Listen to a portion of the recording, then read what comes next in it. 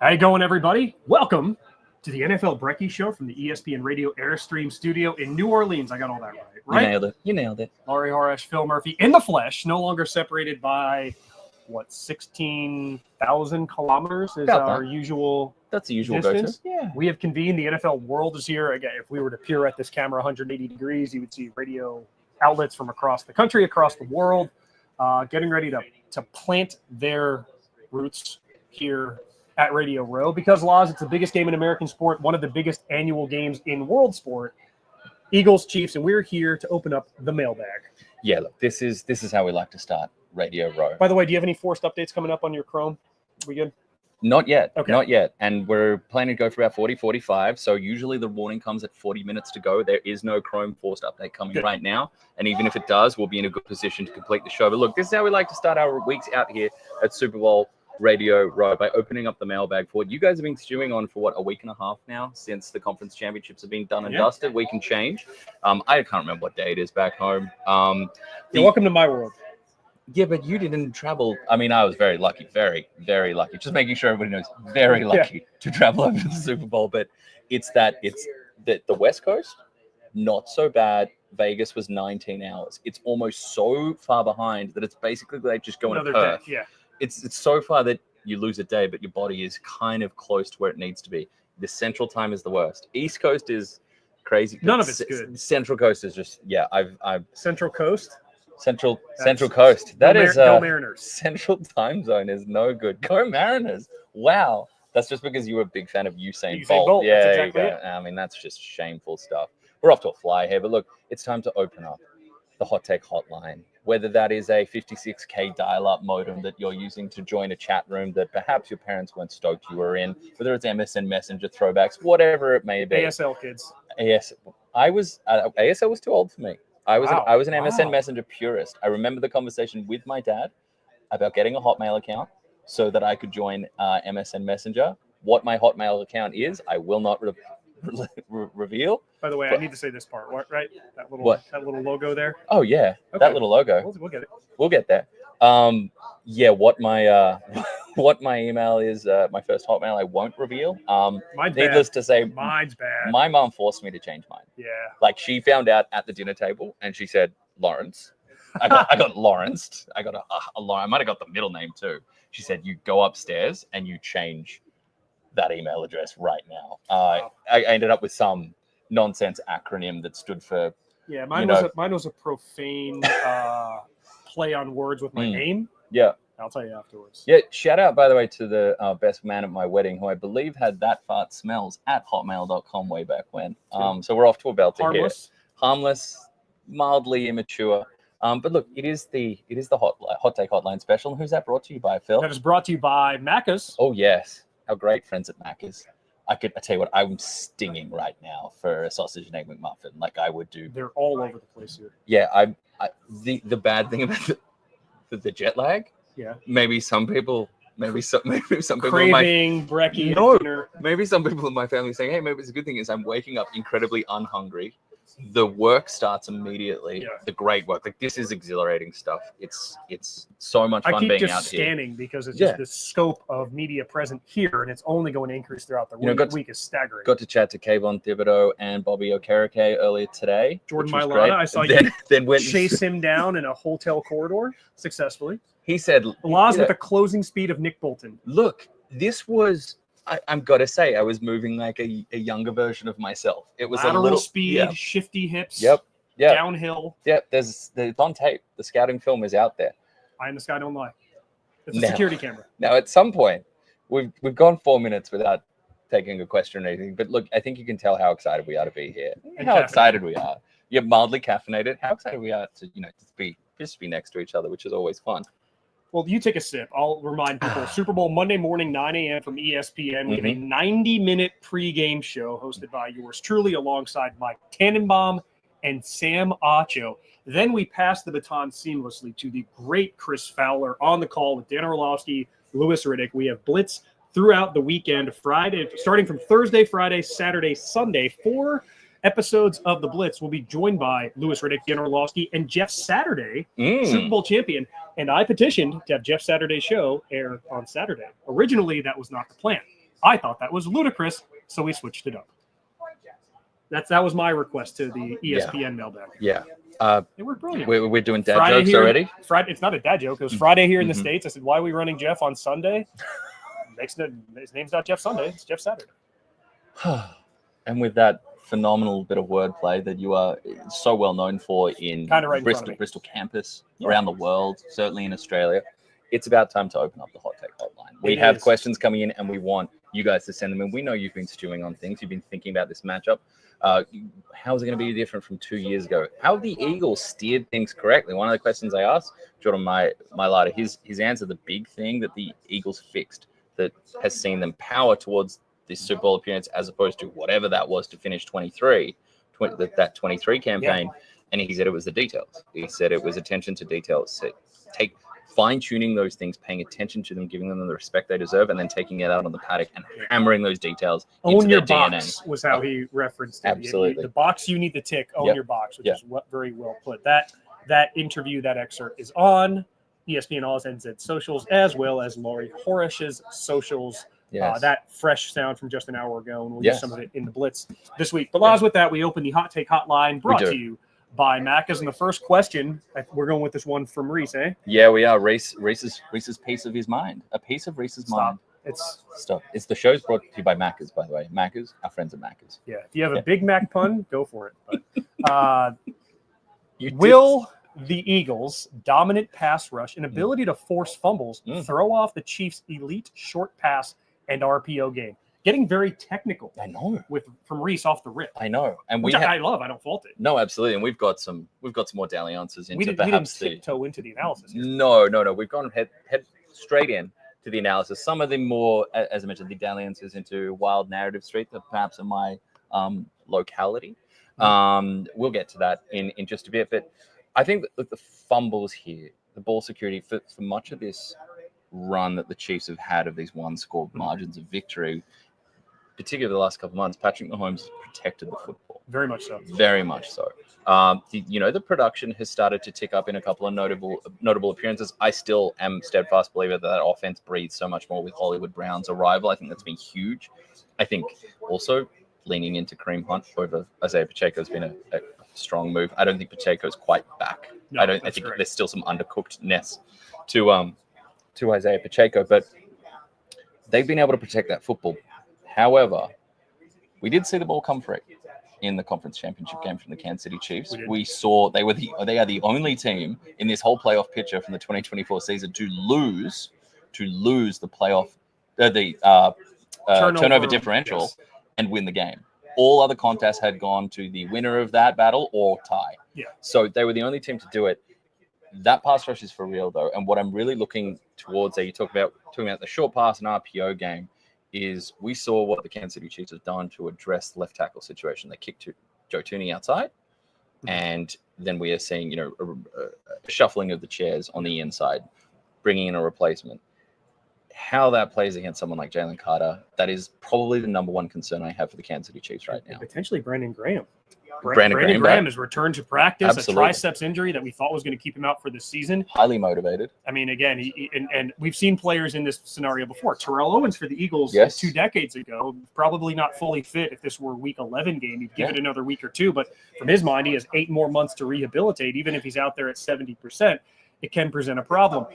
You mentioned, Patrick Mahomes put the ball on the ground, but that's the Chiefs' only turnover in the last 9 playoff games. Was that fumble loss, and that's why they've won 17 straight games, because in these issues of small margins, they take care of the ball. Now, same can be said for the Philadelphia Eagles. If you look at all the teams to reach the Super Bowl, only 7, including 2 in this game, so number 6 and 7, had 15 or fewer turnovers on the season. So both of these teams have been terrifically responsible with the football. So to answer Reese's question, I don't think the ability to force fumbles will necessarily throw off the Chiefs' elite short pass game. But what might is the Eagles' willingness to stick in a nickel coverage, to go with 3 defensive backs, to take away some of these short in-breaking routes.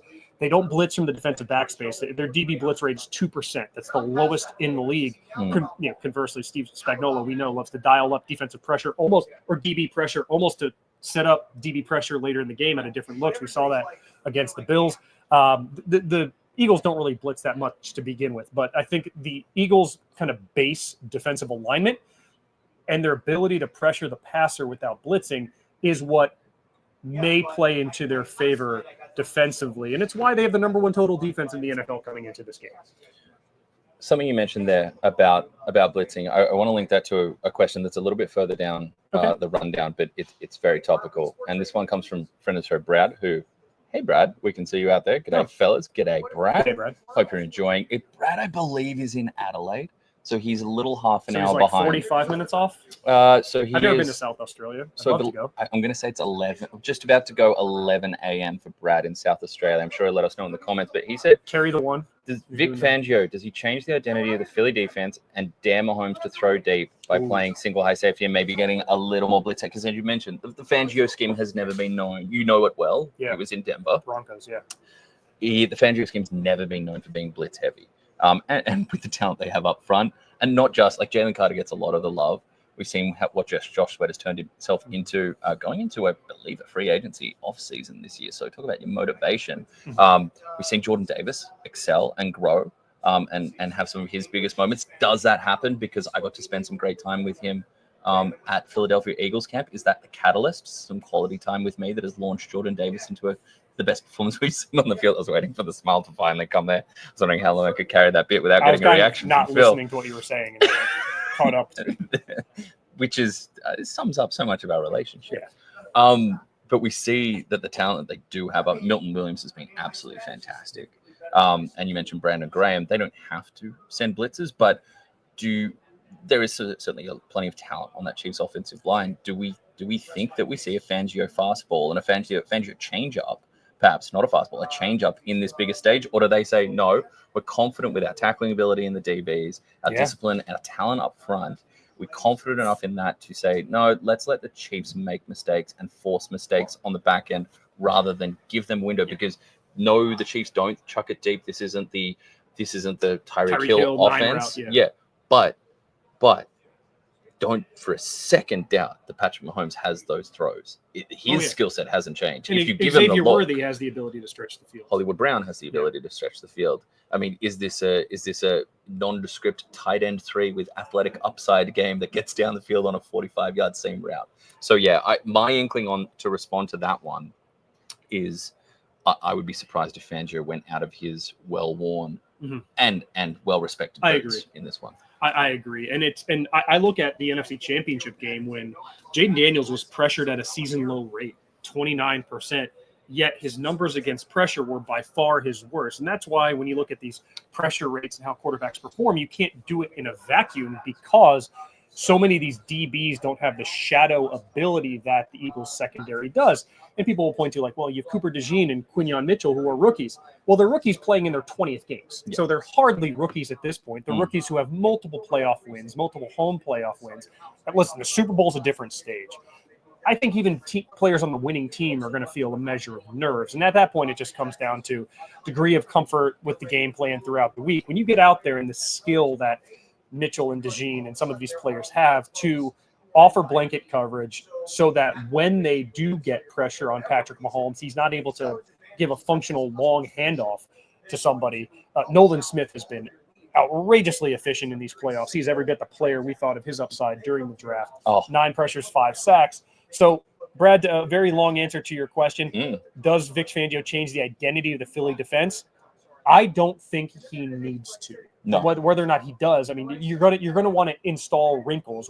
Even Jordan today was saying we don't know what wrinkles Steve Spagnuolo is going to put in. Like we know he's going to do something different as a player. Own your box, tick your box. There's going to be a defensive back, Brian Cook, flying from somewhere we don't expect. You really can't control what they're going to do and what they're going to deploy that they haven't shown on tape before. But in terms of the Eagles' known commodities, I think they will be able to have a measure of success. Keep the Chiefs in the low 20s. Keep this a winnable game.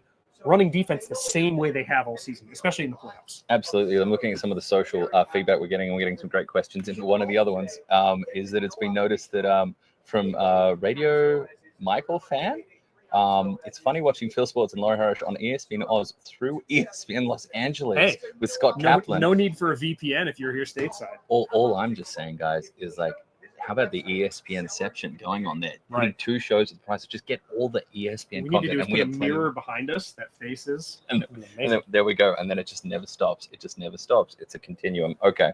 Next question here. We're stepping a little bit away from some of the X's and O's here, Phil. This one from Nick. The biggest question has to be how much help KC will get from the refs again. A lot, a large amount, a significant amount, or a tremendous amount, with several emojis that both convey mirth and the age of the writer of this comment. Because as we have been continually told, if you use emojis in their literal sense, you're dating yourself real fast. Wow. Yeah, think about that one for a minute. Yeah, I mean, I'm not going to be harsh in the response. It's lighthearted enough. I would say this. Mm-hmm. 4th and 1, to my naked eye, Josh Allen converted. Correct. 2 officials, with their perspectives, they're about a half yard off. They deferred to one who was short of the marker, right? They were a good half yard to full yard off. Had the uniforms been reversed, yes, and had Patrick Mahomes gone for he doesn't tush push at all, but had he gone for a sneak in that situation, were stonewalled as Josh Allen was, referees come in a half yard apart, marked short. We defer to the official that marked it short. Had that exact play been overturned upon review and a first down granted, what would the narrative have been? That the referees are winning the game for Kansas City. So there is a little bit of a double standard when a close call goes their way, that there's a measure of favoritism. The problem, and you've been at media availability. Mm-hmm. Last night. It was chaos for the Eagles. I mean, we couldn't move at opening night. No. The Chiefs came out, and we could have done calisthenics. I mean, there was comparatively little media appetite for a team going for a three-peat. Yeah. Had that been the Bills, what kind of demand would there have been for the ability for the Bills to overcome their curse? So this game's going to rate through the roof. It's going to be record ratings either way. Yeah. So I don't see the incentive for the officials to call things in their favor. I think Kansas City is just an extremely disciplined team. Yeah. Coming down to coaching, coming down to preparation, so that as you're a disciplined team, you take fewer ticky-tack penalties, and then we look at numbers afterwards, and you can make stats do whatever you want them to do. It's the lamppost to a drunkard. More there for support than enlightenment. My problem, which is laws in about 3 hours. Oh please, I'm working through the night here. I am working through the night. My friends my friends in the ESPN Australia team back in Sydney and Melbourne know I'll be working my way through the night and filing some. We just had an article go up on ESPN.com.au, and there'll be some great social content from it as well. Jeff Stoutland, do we say legendary? We're mythological now. Well, when they do the headshot before some of the broadcasts, and you hear player, Josh Allen, quarterback, Wyoming, Jordan Mailata says Jordan Mailata, left tackle, Jeff Stoutland University. He does, and he's so revered, and you pointed him out last night. We went over and spoke to him and got a couple minutes with him. Just an amazing man and football brain to just listen to. I could listen to him talk about football forever, and it was honestly, I don't come away from every interview or availability you go feeling so. I was like, that was an honor to get to listen to him talk some things. And a quick note on that, when I think it was actually Andy Reid himself said, if you're looking to learn offensive philosophy, if you take your time and spend 80% of it with run and pass blocking and then 20% with pass design concepts, you'll be a successful coach. So the 80% is Jeff Stoutland. Absolutely. And Stoutland said, I asked him about Jordan and what his development means, both on the field, obviously, and then as a leader. And his line was amazing. And it's the one that you'll see out now on ESPN.com.au. There's a story out. And he said Jordan Mailata might be the most remarkable story in the history of the NFL from where he came from. And he goes into amazing detail about where it started, how he, early on when things were moving in front of him, how he couldn't react quick enough. He was talented enough to get a hand on someone, but he was just he wasn't preempting. He wasn't reacting anywhere fast enough. It was bodies getting by his side, and then his amazing athleticism at such a young developmental stage of his football career, just being able to get in position by gift. And now look at him. He's a true student of the game. He understands it at a ridiculous level. He's technically the absolute dream scenario for the IPP program. Oh, he is the poster boy. Touchstone from a playing perspective is Mailata. And I don't say this because of our intended audience. If you were to say what is the overall goal of the International Player Pathway Program, it is we're going to find somebody with the physical tools to play the game, but not a clear avenue or pathway to play professional football. They got that in Jordan. He went from somebody who, yes, you've made a roster, to now somebody making $20 million US a year and a Pro Bowl caliber left tackle. And on top of that, the personality to be the face of ambassadorial efforts for the league to an entire region of the world. Absolutely. The follow-up to that was, how's Lakin doing? Lakin Bakalai, who is on the practice squad as the designated international player, who came from even more obscurity than Jordan Mailata when he made the move over to American football. And some really promising stuff. He said, look, the thing, if you're looking at what's special or unusual about Lakin is how far he's come in this past, 6 or so months from where he was to where he is now. It's a long road. We're not near it. We're not talking about a finish line or anything like that. There's a long way to go, but there's a lot of promise there. So, this isn't now. This is where Jeff Stoutland's quotes end and my dreaming starts. Look, football fans End out quote. there. End quote. Laurie time. Scary prospect that. For Australian fans back home, whether you're just a fan of the game or whether you're an Eagles fan, let's just say, who knows? Maybe the dream of a future bookend left and right tackle on the Philadelphia Eagles is a Mailata Vakalai combination there. But it's going okay with Lane Johnson. How did we get talking about that when we're in the middle of a conspiracy theory about the Kansas City Chiefs getting I ref don't help? remember. But on that, what I will Somebody say, tell let's circle all the way back. What I do want to say about the Kansas City Chiefs, and my problem is with this conversation is that we're getting away from actually getting the calls correct. This is just about like revenge and vengeance for a lot of people, that they just want to see the Chiefs get the calls go against them. They don't actually want the right calls anymore. Yeah. They just want the calls to go against them, which is what's frustrating to me, because some teams, there's going to be games where you get penalized out of it. And you're like, this can't be like, and you guys know that I go for that silly franchise from Dallas. Yeah. And there was a streak of something like the Dallas Cowboys went 30 odd quarters of football without a holding call going against their opposition. And I understand that frustration. We're like, I understand discipline. I understand some teams are more disciplined than others. Yeah. That's ridiculous. I understand those streaks, but the Chiefs are a disciplined football team. But our goal should not be revenge on the Kansas City Chiefs. If you feel that way, the goal should be getting the calls correct. That's why I like to hear things like expedited replay getting a look at being expanded upon, because I think that's something that, as we've talked about, the NFL's got right with officiating. That's something that's been a really positive. I don't think they've lent into it quick enough. I would like to see more and more of that, because the old argument that you're going to slow the game down and games are going to go for 4.5 years. I don't know why they have old Australian accents. They probably have old American accents, but that's been proven to not be true. So let's focus on getting the calls right, not revenge on the ledger against the Kansas City Chiefs. Well said. All right, next one. The biggest question, and this one comes from Kieran, the biggest question I have about this game has to be the Chiefs' run defense. Yes. Can they contain the chunk play, explosive ability that we usually register with great passing teams, but we register and we line up here with the Philadelphia Eagles run game? Can they contain it, Phil? Is it possible for that defensive front that has big names that we know, Chris Jones, George Karlaftis has become a big names, to other rotational pieces, the Danners of the world, that rotate in there? Can they? And the linebackers, Charles Omenihu, the linebackers from Bolton to Tranquil to Leo Chenal. Can that front? And you're going to need it from the defense as well, from the secondary as well.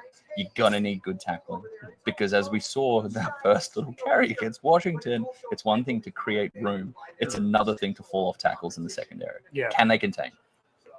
They'll contain him better than Washington did on that first play. Now, after the fact, remember, Saquon only had 58 rushing yards after that 60-yard carry.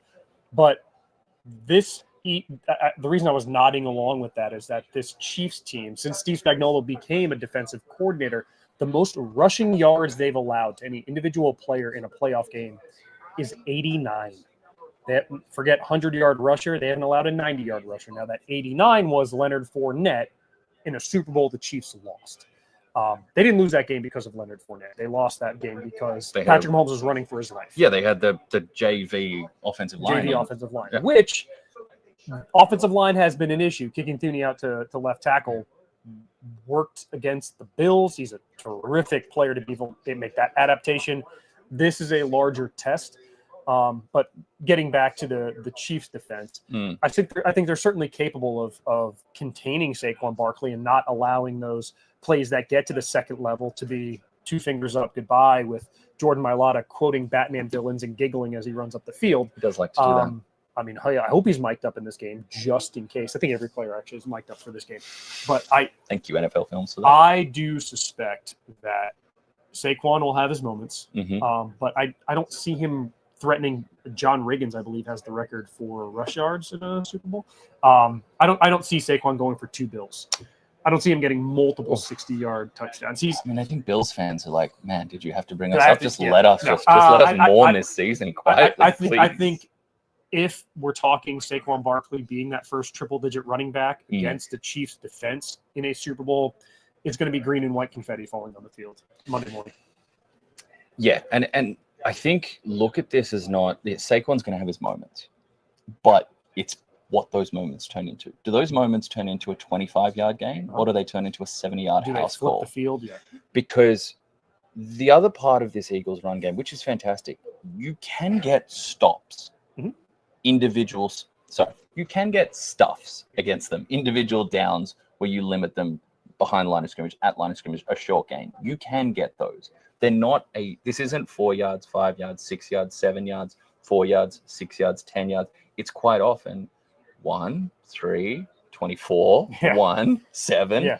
So, and it's that because of the ability on a zone read for Jalen Hurts to pull and keep. Correct. And I think part of the limitation early in that game against Washington was where there were questions about Hurts' knee in that game. And early on, he seemed unwilling to keep the ball. And that's why after Saquon's big carry, Washington put all their chips behind, all right, we're just going to trust that 26 is going to keep the ball.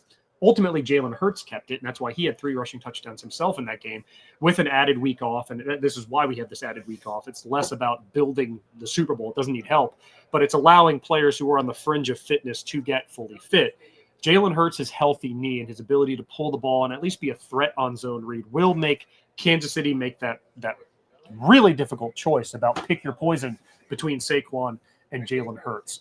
It's the most fascinating part of this game to me from an X's and O's perspective, and I think it's going to be the one that proves decisive. Patrick Mahomes is going to have his Mahomes magic moments. The Philly defense is going to have shut down, lockdown, stops, sacks of Mahomes. All the variables will happen in small doses, but the storyline of Saquon Barkley's explosive ability and Jalen Hurts' explosive ability, frankly, if they get those chunk plays and really get the KC defense on their heels, again, I think that's what will decide the game. Chiefs over the past couple of months have been middling in the rush defense metrics. They've kind of, when you're looking at success rate or total EPA per play, which probably allows for a few more boom splash plays. James Cook had success on multiple drives. Absolutely. You're talking about a team that is in that middle tier of the road. So for me, this comes down to, I don't like to just, get too limiting in how we talk about defense and say it's all just about one simple thing, but effort, accountability, and being assignment sound is going to be a huge part of this game. It's going to be a huge part of whether the Chiefs can make sure that the game isn't lost on single carries. Okay, if they march down the field and take 8.5 minutes off the clock on a 17-play drive and punch one in against you, at least you made them answer the bell. At least you made them answer the call. These plays, and Jordan Mailata joked that, sometimes and I think Lane Johnson might have made a comment as well, but I know Jordan definitely did kind of joke that sometimes you feel for their own defense because Saquon ends the drive that quickly. Yeah. And it's like, hey, boys, you're right back out there. Yeah, well, that's what happened against Washington. So 18 play field goal drive for Washington to start the game. And you're thinking this ticked all the boxes. It proved we can convert multiple times on 4th down, keep that Eagles offense off the field, get points, kill clock, high-fiving on the sideline, and then one pitch play to Saquon Barkley, which seemed to be improvised at the line of scrimmage, or at least Jalen Hurts was going to check out of it, and Saquon said, no, let's stick with the original call. One play, and it was 7-3 the other way. But what the Chiefs do on 1st and 2nd down, this is where it's so crucial. And because what happens, if you're able to stack two different – if the Eagles go run on the first couple of downs, maybe they don't, maybe they do throw a pass, but if they go run or run screen, and you run one of those classic, outside wide receiver screens. I love a little tight end screen. Been very successful with someone like Dallas Goedert over many years or something like that. If the Chiefs can limit that and keep those total gains to like 3 yards on those first 2 downs, the game switches so quickly. 3rd and 5 for the Eagles is we can run twice and pick this up. We'll have a better than 50% chance of doing that. We're the best in the league at doing that. 3rd and 7, getting out of that equation, and now you're in Steve Spagnuolo's house. Yeah. That is how narrow this is. So when you're watching this, the Ravens were the same way. We said it all year. How you beat the Ravens? Get them to 2nd and 10. That's it.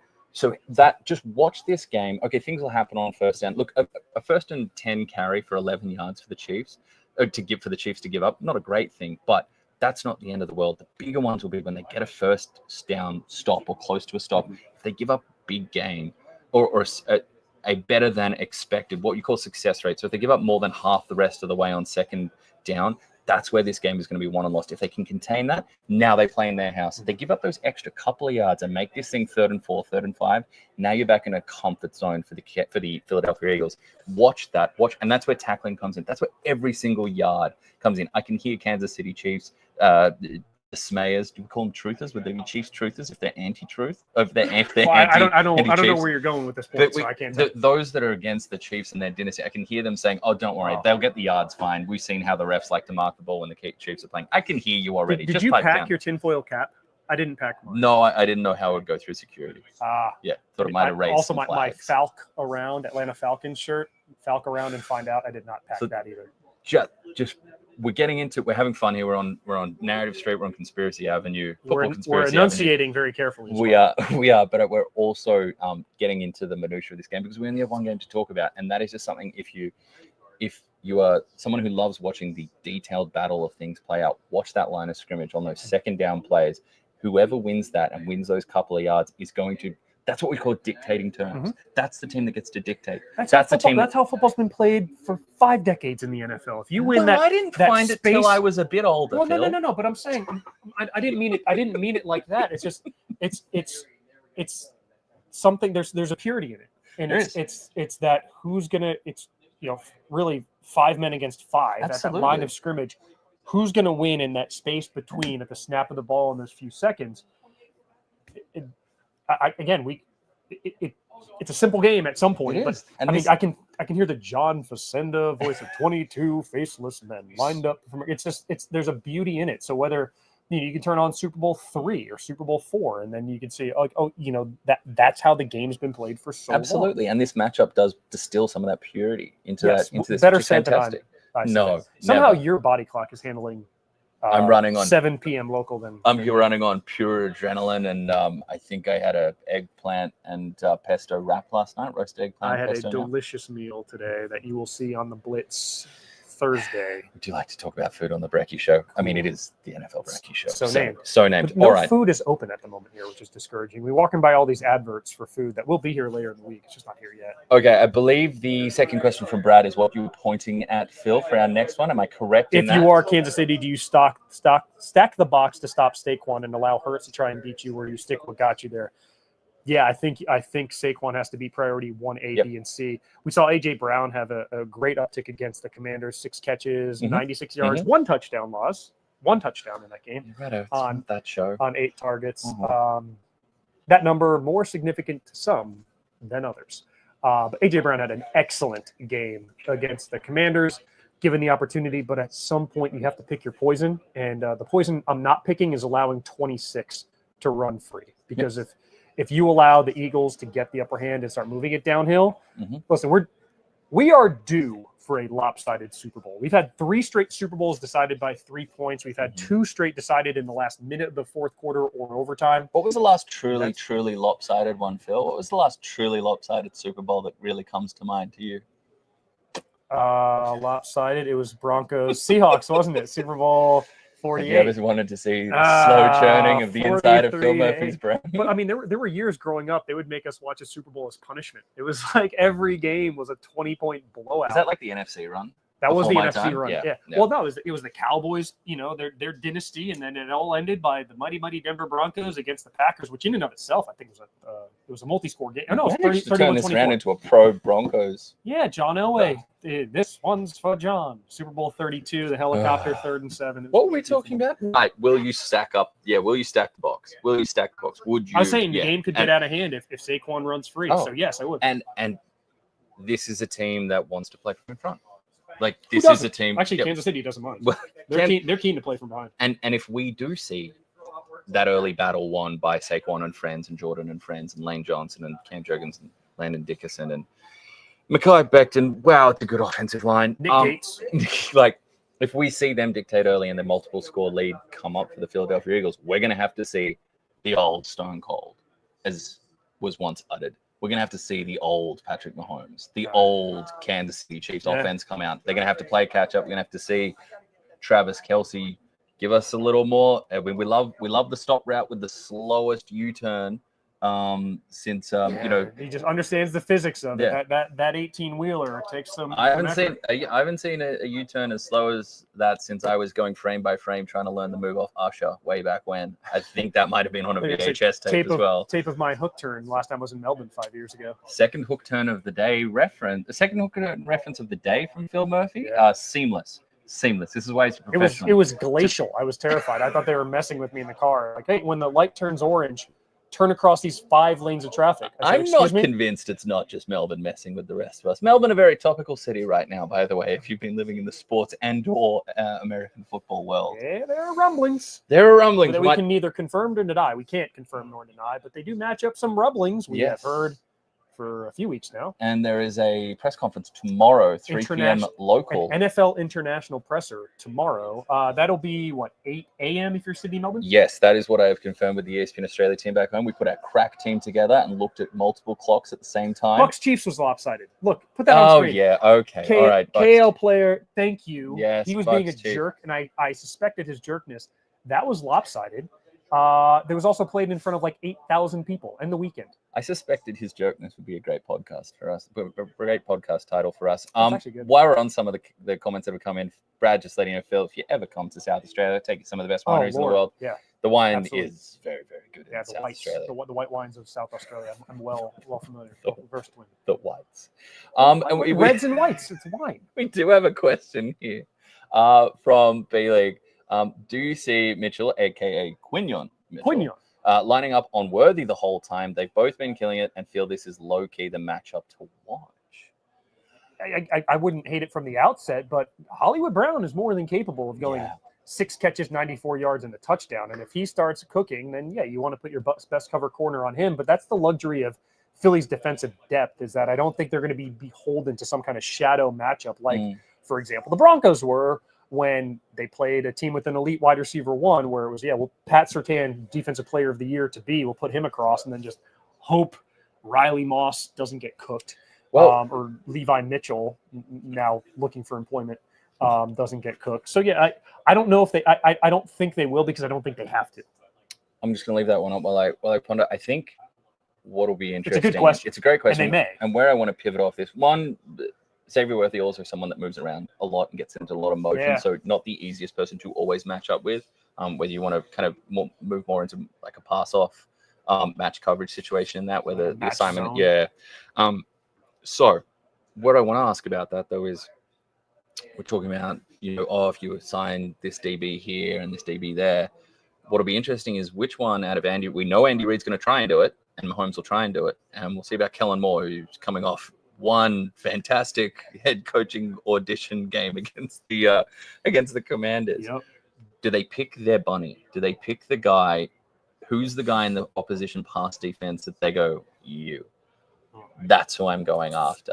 Is it a linebacker that's a little shaky in coverage? Because some of these linebackers, I'm not trying to bear it, but I think of someone like, I think with the Kansas City Chiefs linebackers, and we've got a question of that coming up, like Leo Chenal, Drew Tranquil, perhaps sometimes better going forward than going backwards.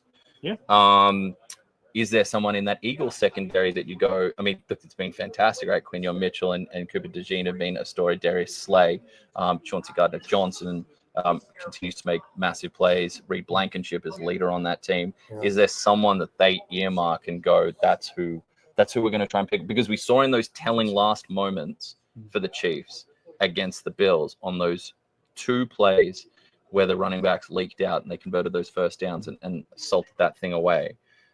We saw them cook up a play to put who they wanted. They identified the player they wanted, and this was running back targets that they were going to put in a bind. But even though, if I remember correctly, they were kind of out of mesh schemes, like a 3-by-1 situation with, again, pre-snap motion to get the defense off balance and free somebody up with great schematic execution. I don't know. I don't think there's like Eagles team, and I don't see a bunny. I don't see that vulnerability that, hey, we can and should attack this person, because they have the number 1 total defense in the NFL. And there's a reason that they have that, and a reason that even in Super Bowls, number 1 total defense against former MVP, defenses are 4-1. There is one. There is one that comes to mind, and this might sound stupid because he's an All-Pro, and he's been he's probably most improved player in the entire league this season, and he's at the second level. Do you go after Zach Bond? Do you go after Zach Bond? The name crossed my mind. Because if you let Zach Bond play his way, run, hit, dictate, crash the line, play all sorts of games with his athletic profile, but this is traditionally a go-forward play because of this guy was an edge rusher before he got converted to off-ball linebacker. There have been successes when you do try and put him in a bind in coverage. Is that the man that you say, it's not because he's a bad player or a weak link, but we go after him because by going after him and putting him in a bind in the passing scenarios, one, we're dictating terms, and two, we're just taking him out of a disruptive role. Yeah. It's both we're attacking the weakest part of his game at the same time as removing his ability to play, because defense is reactive. We're removing his ability to play aggressive and lean into his strengths. That might be the one, but that Eagles defense has just been so good this year, and it's hard to. There's not an obvious, as you mentioned, there's not an obvious DB. You mentioned Riley Moss, who I hope he doesn't get picked on. We see teams line up, and that truly said more about T. Higgins than it did Riley Moss in a particular game. I was making the example, but there you go. Kansas City. One of the suggestions there from Brad Bolt, Kansas City to target Oren Burke. So we're getting some linebacker talk here. Is that the mode for Kansas City? And if so, that plays into that short pass. And it might be, and the funny thing is, it might not be Travis Kelce. It might be Noah Gray. It could be. You tell me you couldn't throw DeAndre Hopkins, who's been a little quiet, into those areas and doing some of his old man ball in those matchups in the middle part of the field. There's a lot you can do there. It was a good question. I really like that question from Brad. It got us thinking. It got us moving. We are at the 40-minute mark, Phil, which is traditionally the time that my computer tells me to go away. But look at that. The Super Bowl magic. The magic of New Orleans. They say it's the most haunted city. I don't want to jinx it. Yeah. But so far, I mean, again, the toilets here in America spin the opposite way. Maybe the wheel of death on your Apple computer spins the opposite way. One of the other ones from Kieran that we didn't touch on, but we just flirted with it there. The sneaky question that he has is the Chiefs linebackers versus the Eagles tight ends. Yeah, the Chiefs this year have in the regular season allowed more receiving yards and the second most receptions to opposing tight ends. So, there's an ability for Dallas Goedert, who seems to be finally healthy. I mean, his hamstring, shoulder, nothing was right for him for a while. His shoulder, knees, and toes? Yeah, all of it. Sure, I think there's an opportunity. We've seen enough. I mean, Isaiah Likely had to go back to week one. Isaiah Likely had a terrific game against the Chiefs. My thing with the Eagles and Dallas Goedert is I know they haven't had to because they can lean on the run game. We see these flashes, these quarters of dominance from Goddard, where it's just like, oh man, if they just go through him all day, I mean, this is good. The dude's going to have 200 yards and 3 touchdowns, and then they seemingly go away from it. And look, they're an incredibly talented team that doesn't have to lean on one particular weapon. And certainly not a tight end. No, and certainly not a tight end when you consider Saquon, AJ Brown, Devontae Smith, Dallas Goedert, Jalen Hurts as a dual threat. But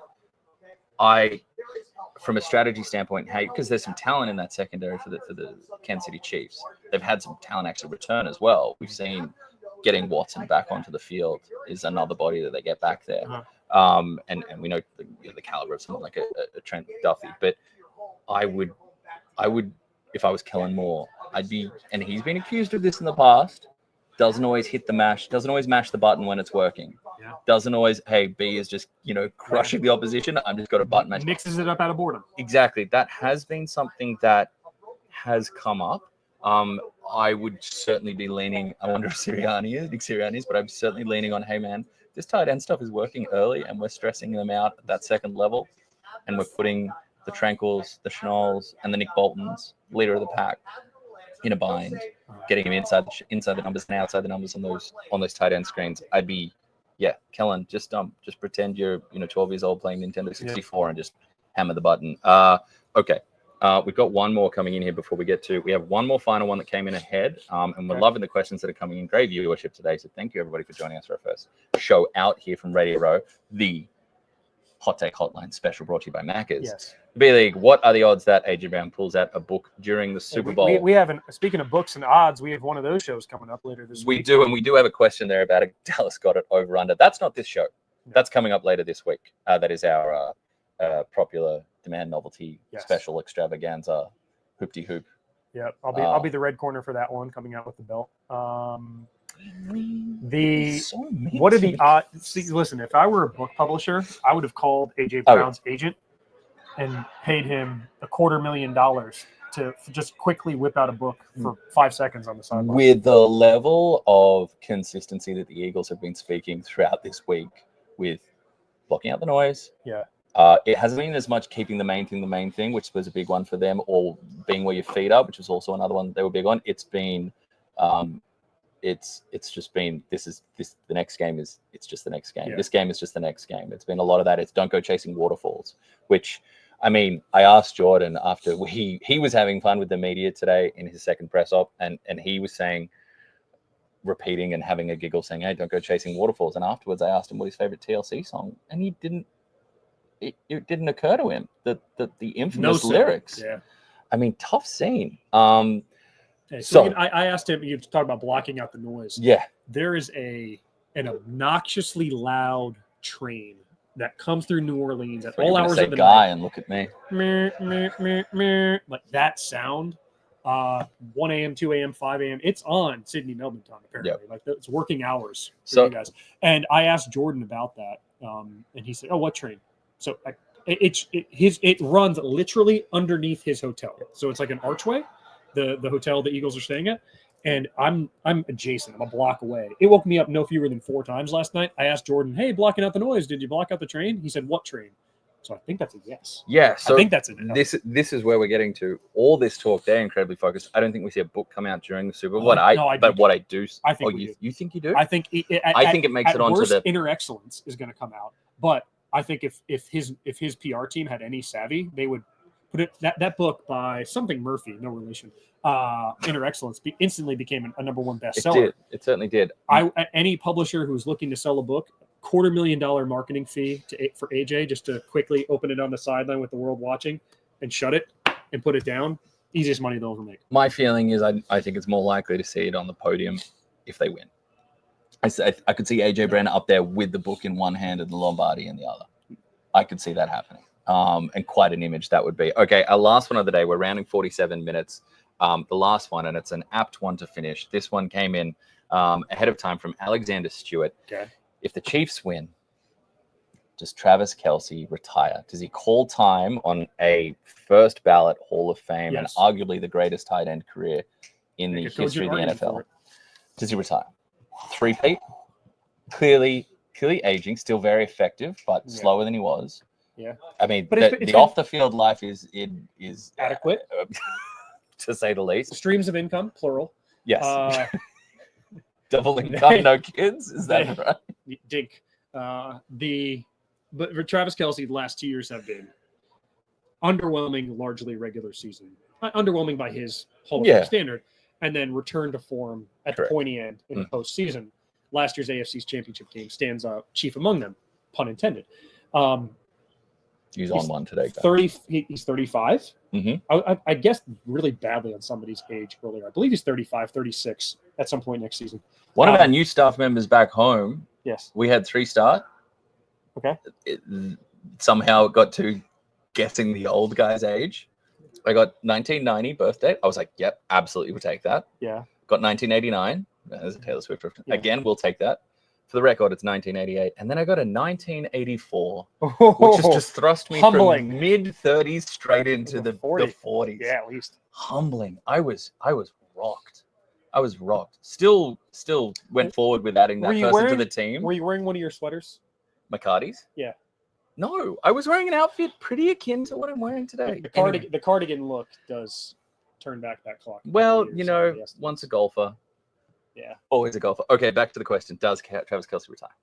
If he could and nobody could complain. There's no higher way to go out than Super Bowl 3-peat, age 35. Yeah. In the modern NFL, I mean, listen, nobody's fully fit, but before the wheels have come off, they've slowed down before they come off. Yeah. While they're still certainly getting you up the hill.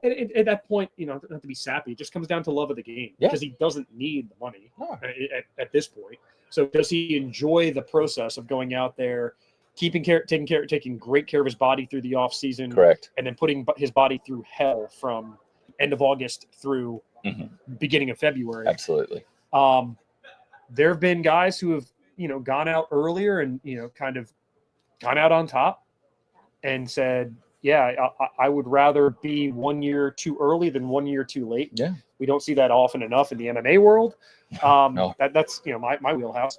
So it's an interesting question. I don't think it would surprise anybody.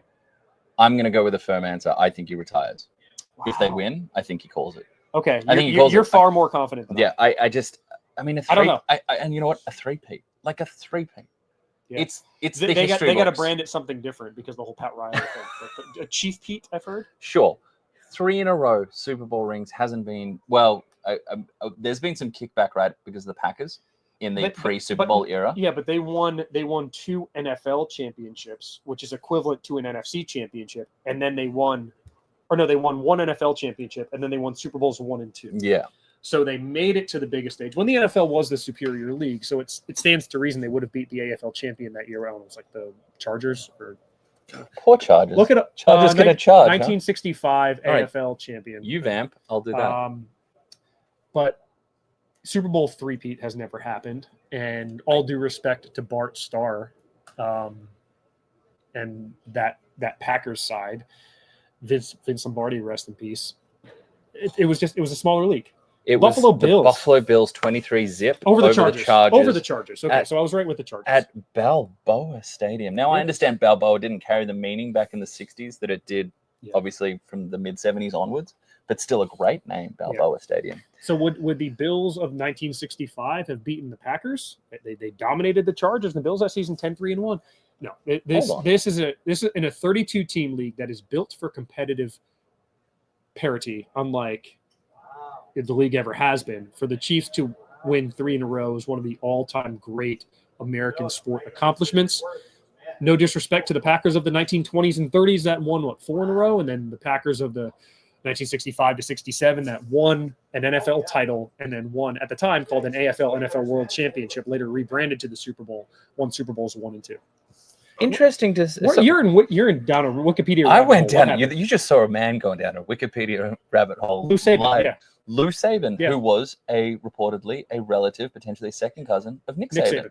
Yeah, amazing. The things you learn on a Brekkie Show taped at night in New Orleans for a late brunch time. As we back sit here, home in we have Australia. banners from all Super Bowls of yesteryear lined up in front of us. It's a game steeped in history. History will be made Monday morning on ESPN from 9 a.m. And that's what we know about this game.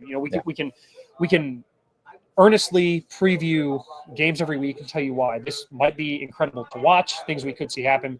One thing we can promise you is you will witness history Monday morning on ESPN from 9 a.m. Absolutely, you will. And I would say, guys, make sure, everyone out there watching, make sure you keep your eyes firmly locked on ESPN.com.au, ESPN, Australia, New Zealand socials, ESPN socials, any ESPN platform, the linear channels, the TV tomorrow, because we're talking about history being made and the drumbeat is building that we could be seeing some NFL history being made tomorrow. Very, very much impactful on the region that I call home. It is. And then we have NFL Blitz Thursday, Friday, Saturday, Sunday. Myself and Sam Acho with a deep, deep rotation of guests. Dan Orlovsky, Jeff Saturday, Louis Riddick. And then, of course, it all going up to Monday morning with Chris Fowler, Louis Riddick, and Dan Orlovsky on the call. I should say that's 3 p.m. local time here, 8 a.m. Thursday morning, Sydney, Melbourne time. He's been here for one day, and he screws up the time change. I live this. 20-odd weeks out of the year. We all have our strengths. Yeah. I'm still finding mine. But and you guys fall back when we spring forward. You spring back when we spring forward, Lord knows. But that'll do it for this edition of the Brekkie Show, Laws. We will have an edition tomorrow, kind of depending on what news we have. It might be a reaction shot. No, we don't have a Super Bowl tomorrow, but we might have something to react to, so make sure your eyes are locked on us. And then, of course, at some point later in the week, which we will advertise once we have the rest of our programming settled, we will do our prop special, our best tips for the big game. Listen to Phil on those ones. Not me. Laurie is due, and then some. But for now, he's Laurie Harsh. I'm Phil Murphy. This is the NFL Brekkie Show live from New Orleans, live and in color from New Orleans. 11th time this great town has hosted a Super Bowl. We'll see you shortly tomorrow talking about something. That's a tease.